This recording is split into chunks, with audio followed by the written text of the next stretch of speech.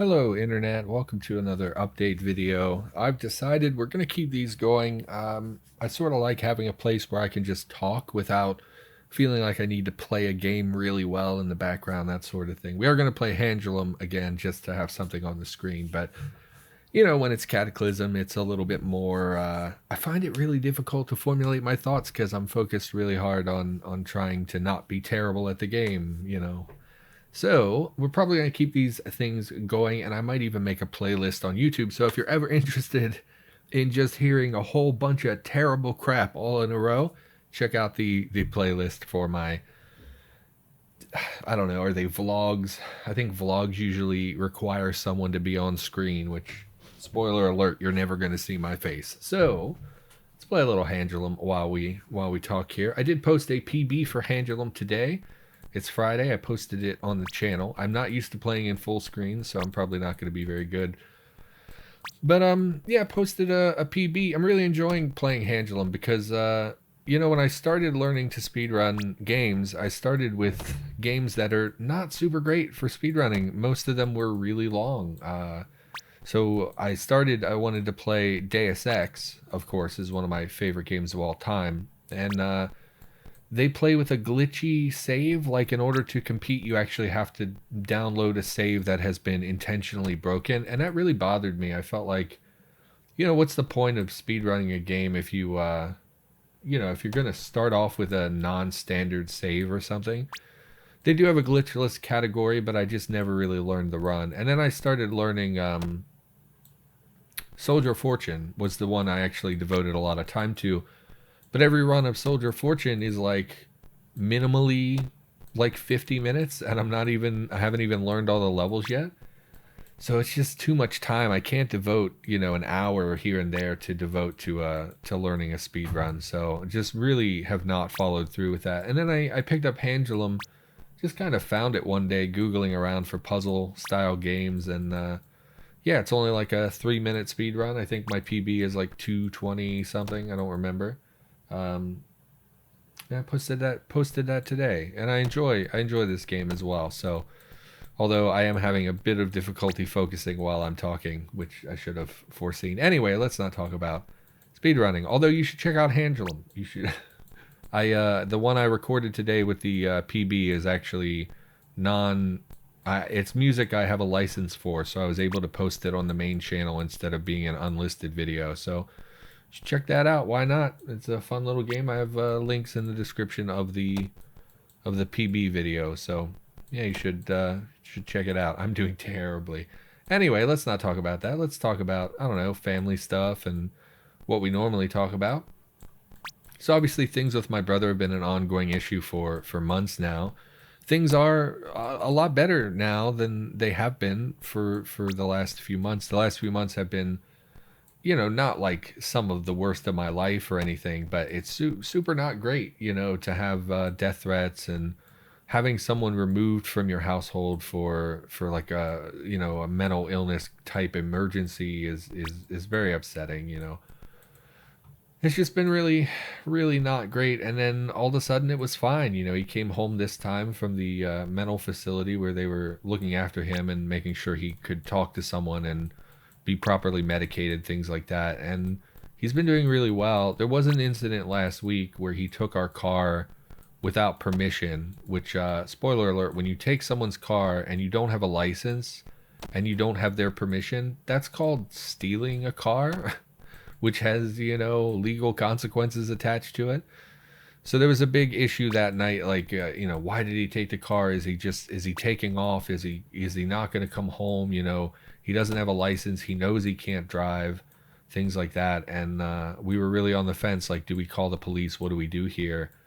And we were going to call the cops on him. And then we found out that he got called into work and he just took our car so he would have a way to get to work. But it's one of those things where it's like, so with my brother, this is a continual frustration, is that he doesn't focus on what is best for anyone but himself. He he doesn't even think about what's best for himself. He just thinks, what do I want in this moment and how can I get what I want?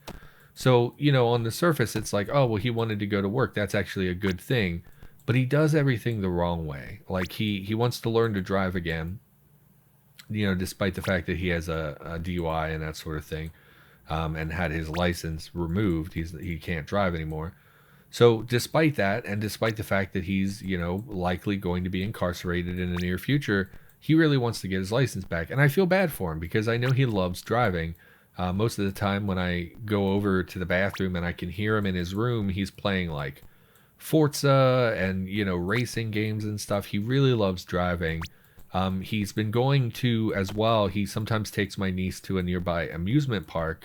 I guess it's an amusement park. I don't know how big something has to be considered an amusement park, but it's this little place, here that they have go-karts, and sometimes he just goes by himself so he can drive the go-karts because he really loves driving. And it's in those moments that I see my old, like, version of my brother. Like lately we've been dealing a lot with his mental illness and his threats and things like that. That's not really typical behavior for him. This is very much, that's why it's so alarming, is because this is not how he's been for the majority of his life. He's mostly been a stable, normal guy. And so when I see my brother and he's like, he's just obsessed with driving and he wants to go out and drive, it's very childlike, and it reminds me of the fact that my brother does have some mental limitations. He's not, when he was young, he was tested to determine, kind of his intellect and things like that. And they basically established that he has like the mind of a child. And so there are moments when I see that, right? When I see my little brother who, he's 30, but he has like the mind of a teenager, and it's pretty evident in certain things. And that's one of those areas where, you probably remember when you were like 15 and you saw the older kids and they were driving their own cars to school or, whatever, to work and stuff like that. And it was just so cool. And you were like, man, I can't wait till I drive, and then you become an adult and you're like, oh, well, driving kind of sucks. It's kind of, just takes time and you got to pay a lot of attention and blah, blah, blah. You got to pay for a car, stuff like that. But my brother has that teenager mindset where it's like, oh, this is a cool thing I really want. And in those moments, I see my old typical brother, and it makes me really sad because like what I want for him, I don't know, it's the same thing you want for all your loved ones, right? It's like, I want him to be safe and happy. I want him to be able to do things that make him happy and make him feel like life is worth living. And then it really breaks my heart because I know he has all this really heavy stuff coming towards him, like being incarcerated and, the crime that he's committed or is allegedly committed is very serious. And so I think he like ruined his life with this. And it just breaks my heart sometimes to think about like the brother I grew up with and think about how hard a situation he's in. And then other times when he's like rampantly, being aggressive and stuff like that, I just see like an abuser. So it's constantly flip-flopping in my mind. Like some days I love him and want to protect him, and then other days I just don't want to be near him because he's a dangerous unknown element, and it frightens me, and that jarring kind of flip-flop is what is making this so difficult. Because like on the one hand, like I said, he's like his old self. I grew up with him, my brother and I always shared a room growing up, and he was one of my only friends. I didn't have a lot of friends. We lived a really bad childhood that made it really difficult to relate to other kids and stuff. And so my brother has always been, a constant companion growing up. But then I also have this 30-year-old man version of him who has apparently done some really bad things. And, now he makes death threats sometimes and is very aggressive with my family, including like women in my family and older people in my family. He doesn't seem to care who he is aggressive with, and all those things are really big red flags. I don't know, it's such a complicated emotional situation. I don't know what to feel. I don't know what the right thing to think is, but he's mostly been doing better, aside from taking the car that night. And he brought it back. I was having issues with my own vehicle. My brake lights were out again.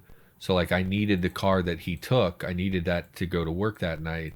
And he made sure he was home in time, that I could take the car. And I don't know, he doesn't seem like aggressive or anything. It just is so I don't know what to feel about him. I don't know.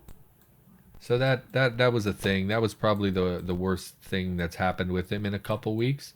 He's mostly been doing really well. He's working, which is really good. Work is something that stabilizes him. It gets him out of the house. It gives him a chance to be around other people, stuff like that. The job he got is a little bit more his speed. Like previously, he was working in a factory, and because of his physical limitations, it's very difficult for him to keep up.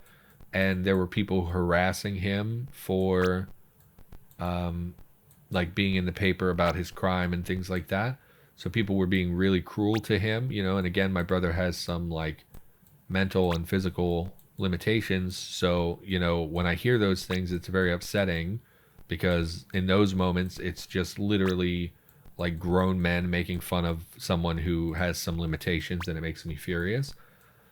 But he ended up losing that job, and then he ended up, I think he's working in fast food right now, which is nice because it's like, most people who work in fast food are either young people can be, pretty cruel, 19-year-old guys or whatever can be pretty nasty sometimes. But like, there are also a lot of older people who work in fast food, who are just looking for a nice, easy job and that sort of thing. So it's a little bit less of a rough crowd. When he worked in the factories, there's a lot of people who are like in halfway houses or have their own criminal charges and, have, committed assaults and things like that. So it's a little bit less of an aggressive crowd, which I think will be good for his mental health. If you went to work every day and people were threatening you and saying nasty things, your mental health would suffer for that.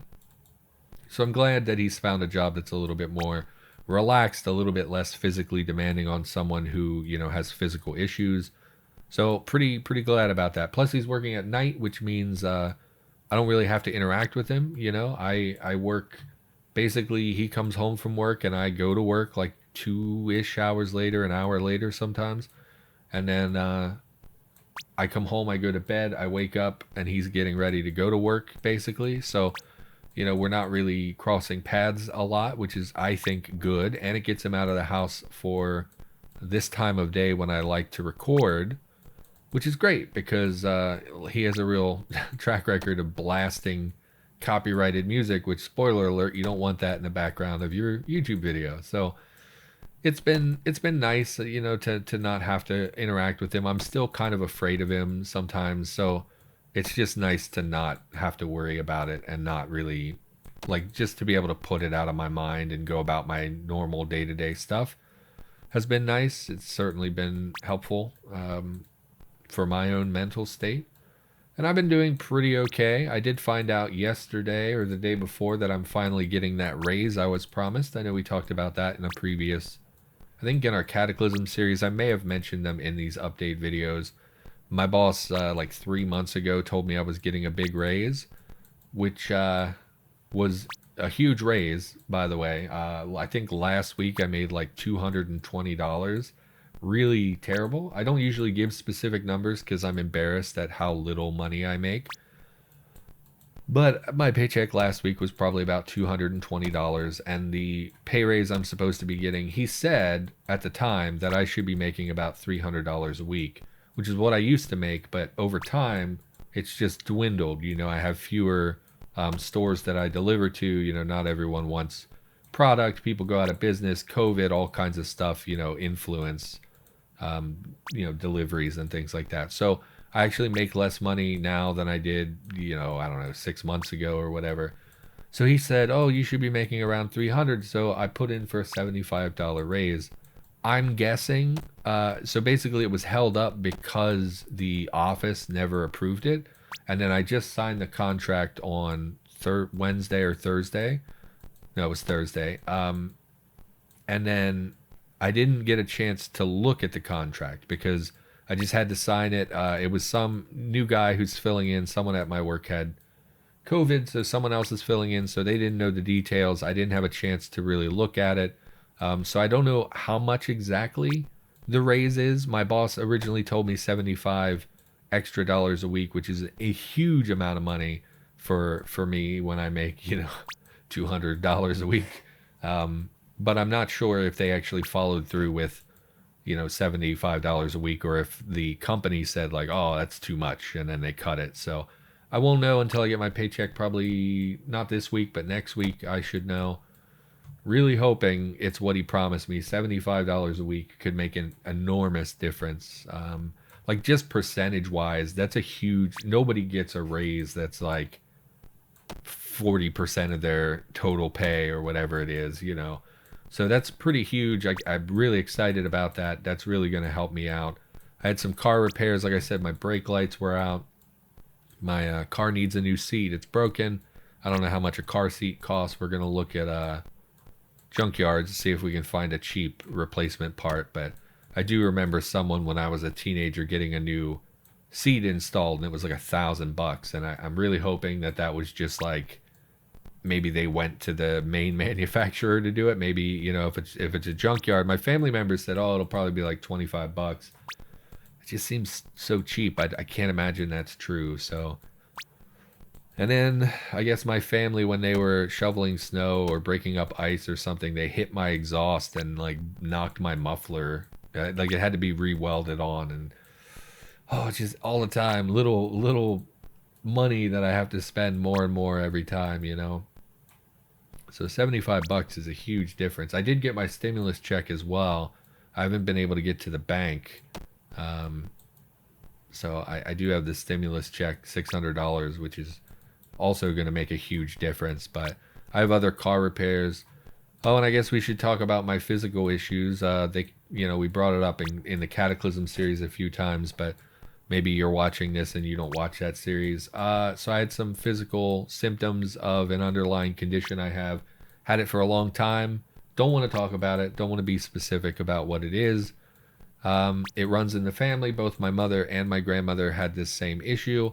And I did see a doctor this week. I did speak to someone about, what our next steps are, because I'm starting to have physical symptoms of something that was otherwise for a long time was not an issue.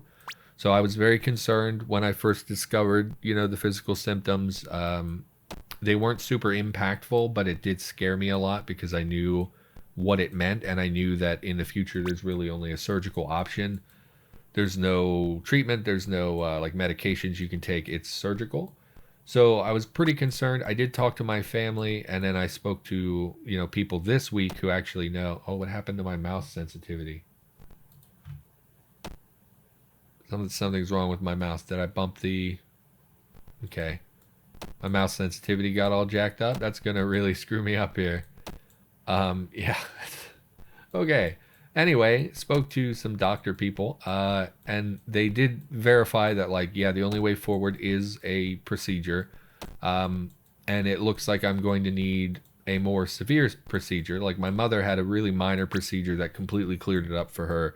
My grandmother had like a full-blown surgery to take care of it. And they did confirm, over time, I'm going to need the full-blown surgery, which is scary, but I don't need that right now. And the first step is to have a small procedure, which they also don't think is necessary at the moment. So, I had the symptoms. I got pretty scared. I talked about it. I talked to my family. Then I went and saw the doctor. My symptoms were clearing up, and then they came back. So I am experiencing symptoms again. It is pretty minor. It's just, I was pretty scared at first because I knew about this issue for a long time and I never did anything to fix it. And it was a pretty scary thing. That definitely shaped most of my week this week, was fretting over that and not really knowing. It's the uncertainty, right? Like, you don't know for sure, what is going to happen when you see the doctor. And in the back of my head, I was like, oh, you're going to go in. They're going to be like, oh, my God, we have to fix this right now. And you're going to go in for surgery. And, people die when they have surgery. And I was just spiraling a lot about it. Turns out pretty minor, not a huge deal at the moment. I'm just going to keep an eye on it. And in the future, yes, for sure, in the future, there's going to be some sort of surgical solution, unfortunately. So I don't think I've ever had a surgery. And the idea scares me a little bit, but that's not an issue for today. That's an issue for, some other unicorn in the future. That's not for an issue for me to deal with today. So ultimately that's good news, right? The fact that they didn't say like, oh, we need to fix this now. The fact that they said, oh yeah, this can be put off for a little while. That was a good sign, because if it were like, yeah, we have to fix this today, or we're going to schedule you for emergency surgery or something like that, that would have been way scarier, because that would mean something's really wrong. So, yeah, I don't know. I don't know how to talk about it really. But yeah, so that shaped my week a lot. Other than that, work stuff is fine. YouTube stuff is mostly okay. I haven't really been producing very much. We did back off to every other day of content, which I think was the right choice, given my schedule and things I needed to take care of. The future doesn't look great for improving that either. We're expecting another massive snowstorm next week. This last week we had something akin to a blizzard, and then this week we were supposed to get another like foot to foot and a half of snow, but then they changed it kind of last minute and it missed us. So we only got like 3 inches of snow. But next week, or this week even, I think it starts on like Monday or Sunday night maybe. I'm not 100%, I don't remember. But it's supposed to snow for days, and it's supposed to be quite a lot of accumulation. So whenever it snows, it becomes really difficult to do YouTube. My work, my actual work takes longer, takes more time in general, and it just slows down the rest of my day, because like then I can't sleep my normal sleep hours and stuff like that. And then when you do get up, you got to go shovel snow for 2 hours, and then you come inside, you're exhausted, you don't really want to do anything, you just want to relax and play some Tarkov, watch some TV or whatever. So snow really derails my schedule, but hopefully it won't be too much. And yeah, and so that's probably everything that's going on with me. There's really not much else that I can think of off the top of my head. Getting the raise is like a huge deal. Things with my brother being okay are also really good. If you've been watching the channel, things have been really terrible for several months now. I've just been dealing with more and more terrible things over and over, and it's really kind of nice to finally have a few days. Like, I thought about it this week because I was having like an actual good day, and I was like, man, when's the last time I had a good day? And it kind of blew my mind. I was like, man, it's been months since I really had a day where I was like, I feel pretty good. So it's just so nice to kind of have, like, nothing terrible is happening right this second. It's just sort of nice. It's just sort of nice to relax. Like, even just this, making an update video, I don't really have any work to do today. I'm gonna edit some stuff. I'm gonna work on my side hustle a little bit as well, and that's it. That's my whole day. I'm not, since I'm doing every other day content, I'm not behind in my recording schedule. I don't have anything that needs to be done today. Everything's fine, everything's pretty okay. So basically today I can do whatever I want. And I thought, well, I'll record a update video because I'm doing pretty okay, and I'll just just relax and have a nice day. So anyway, I think that's about it. I don't know if people even care, about these update videos, but I don't know. They're easy content, right? Something easy to do. All right, well, internet, thank you so much for watching. Thanks for listening. Of course, you should check out Handulum Plus. This game's a lot of fun, and the more people who play it on the leaderboards, the higher my rank will be, because currently I think I'm 8th, or I'm going to be 8th once they verify my run of 22 or 23 people. If you guys go and flood the leaderboard and are terrible, then my 8th will be that much more impressive. So help me out. No, but it's a fun little game, so would highly recommend if you're interested. It's a fun little physics game here. Anyway, that's probably going to do it for this episode. Thanks so much for watching. Hopefully you enjoyed the video. I, of course, will be continuing to put out every other day content for Cataclysm, and there are some special things I'm working on. I just don't know when they'll be ready or if they'll be good. Is always the issue, is are they even going to be worth watching? I did see my my time-lapse cabin build has gotten quite a lot of views. I should really record the next episode in that series. But anyway, let's end this. So everybody, thanks for being here, and I'll see you in the next video.